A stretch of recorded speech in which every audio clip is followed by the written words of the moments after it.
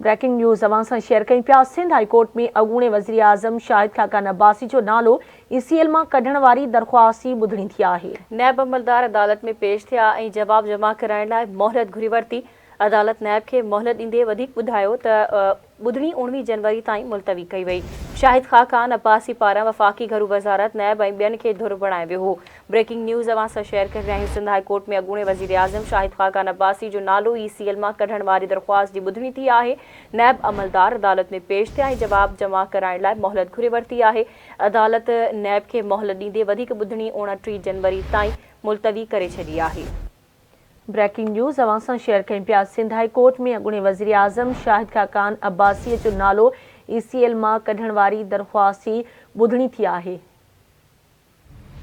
नेब अमलदार अदालत में पेश थिया ऐं जवाब जमा कराइण लाइ मोहलत घुरी वरिती। अदालत नेब खे मोहलत ॾींदे वधीक ॿुधणी 29 जनवरी ताईं मुलतवी करे छॾी। तफ़सील मालूम कंदासीं। असां सां लाइन ते मौजूद आहे कराची मां आवाज़ न्यूज़ रिपोर्टर शहज़ाद जलबाणी। जी शहज़ाद, छा तफ़सील आहिनि, आगाह कजो। शाहिद खाकान जो नालो ECL मां कढण जी दरख़्वास्त नेब अदालत में ॿिया अमलदार पेश था। नेब अदालत अदालत में जवाब जमा कराइण लाइ अदालत मोहलत घुरी वरिती आहे। इन खां अलावा अदालत नेब ऐं ॿियनि इख्तियारनि खे इन ॿुधणी ते जवाब जमा कराइण लाइ हुकुम ॾेई छॾियो आहे।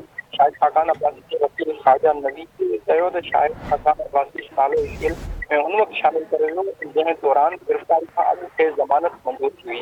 वकील चयो त शाहिद खाकान अब्बासी जे अॻूणे MDPSO जे गैर क़ानूनी मुक़ररी जो इल्ज़ाम आहे। शाहिद खाकान अब्बासी रेफरेंस में गिरफ़्तारी खां अॻु ज़मानत हासिल करे वरिती हुई। अदालत ने मोहलत ॾींदे चयो त वधीक ॿुधणी 29 जनवरी ताईं मुलतवी करे छॾी।